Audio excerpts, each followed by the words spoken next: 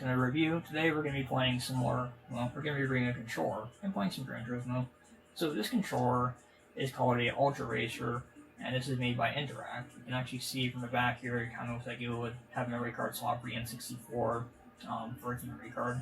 So, but this is a racing wheel. So this works with a few specific games. The first one we're going to be showing you is going to be Gran Turismo 2. So let's see if I can beat a race with this controller in my car. But yeah, I really like this controller so far. I've been using it for a little while now. So you use the arrow keys here to navigate around, which is easier said than done sometimes. And let's see, now let's go with, this is a Subaru, it's called the 4-wheel drive challenge. Also, please excuse the, whatchamacallit, the angle here for trying to get this in the best shot. Matter of fact, I'm going to heat up a little bit. My arm is going to cramp. Alright, so let's see. So also, I should mention too, on the back you have a little trigger here. This is to work through your gas and stuff like that. Basically works as the X button in this game.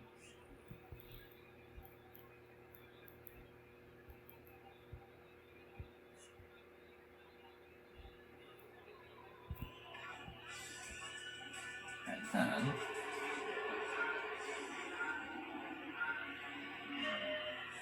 so yep, you basically just turn it. It's, if you've ever driven a car, it's kind of like that for a steering wheel, basically. Also, let's see here. Oh, let's see. Oops. Sorry guys, I'm still trying to get used to the controls of this actually. The controls sometimes can be a little bit counterintuitive because it is remapping everything. Let's see here. Yeah, that's a break. Okay. Believe it or not, actually I really like this controller though. And my hand is not cramping up, that is.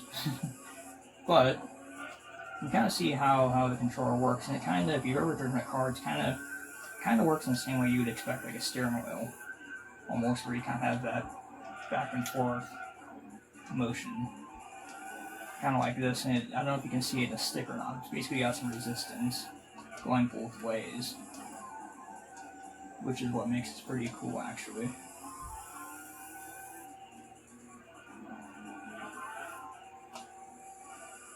So, I mean, some controllers, I usually get the D-pad or the analog stick. This actually tries to emulate the steering wheel a little bit.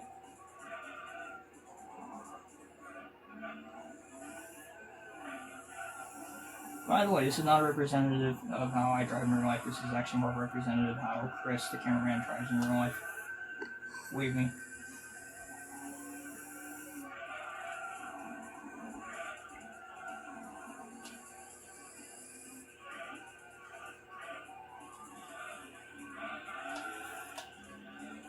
See if I can win a race like this.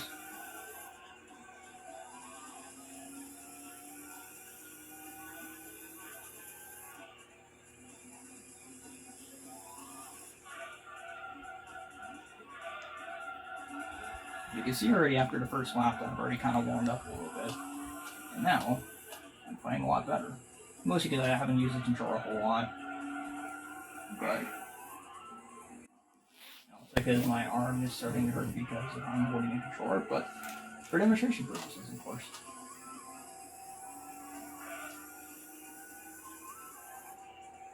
So, like I said, it'll take a little bit of getting used to with this controller, but I think once you get used to it, though, I think it'd be a really good viable option for driving games that support it as is. We'll get the game to support it in a little bit, but there's a game that doesn't support it, but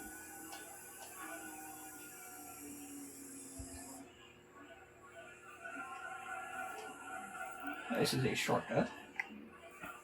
Don't need to slow down and go through that like a normal person, just go right on through it.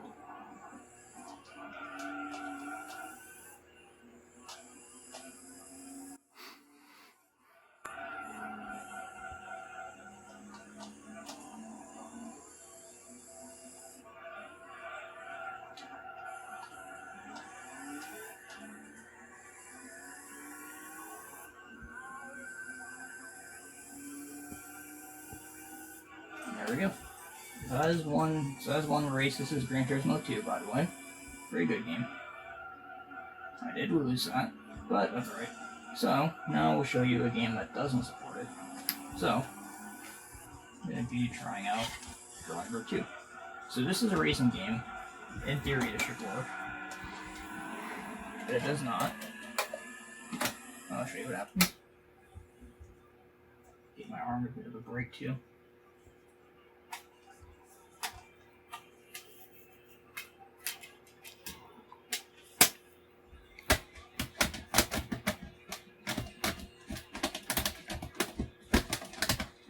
The thing wants to go back in there correctly.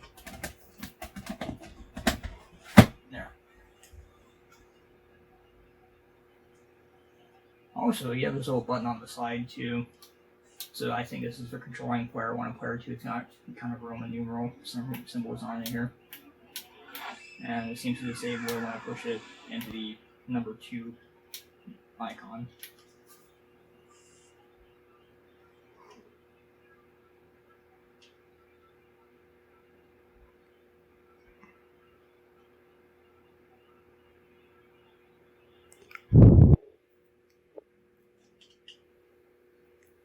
Also, you have a set button here for turbo. I'm assuming anyway. I don't use that kind of stuff, but you can see the blinking light here. It also even makes a little sound too. I didn't even realize that. It makes a little sound, like from a little speaker or something. You can see here in the game, it does not do anything at all. Even if we switch it, nothing happens. So that's a shame because this game technically could be supported with it. I'm going to show the game real quick. So it's a game that technically could be supported under it, but it's not, which is unfortunate because this is a driving game. If you didn't know about that. So then the last thing I'm going to point out for this review is just going to be a game called Wipeout. I almost said Alleyway, I don't know why, but this is called Wipeout.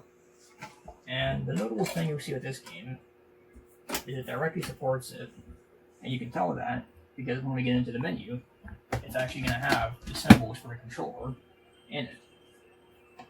Like the little, you can see we have A, B, so this would be square, triangle, this would be circle, and this would be X. On a normal layout, but it doesn't really quite go that way. And this functions as X. And you have your shoulder buttons, your directional pad buttons, for selecting different things, of course, and a circle button. Because what else would you need?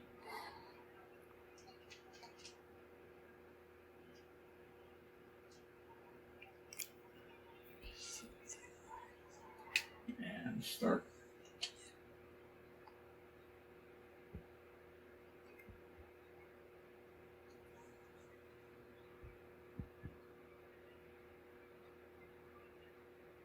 Okay, and you can see right over there, it's got a little I, the Roman numeral to select it, which is the thing I think that's notable about this, because some games, as you see, even like Gran Turismo, didn't even do that. So that shows that this basically directly supports it. There we go. And we'll just select the same basic things here.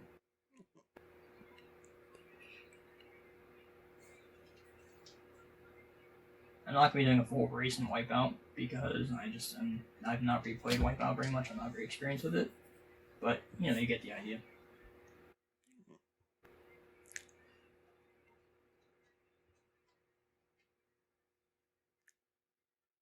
Alright, 9-minute warning. That's alright. We only have running here for a second. So yeah, you can see, and especially with how floaty this is. Can't really hear the game though, this is weird. Hang on a second. There it is.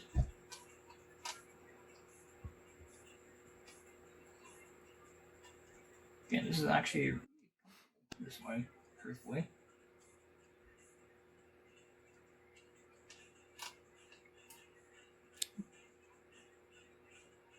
So yeah, I really like this controller. If you want to try find one of these, they're pretty cheap to find locally or really online. I found 2 of them already, so if you want a different kind of driving experience for a PlayStation and probably N64, definitely check this one out. And sorry for kind of the off-the-cuff style review, but hopefully you all enjoyed it. If you guys seem like this, hit the like and subscribe button for more like this.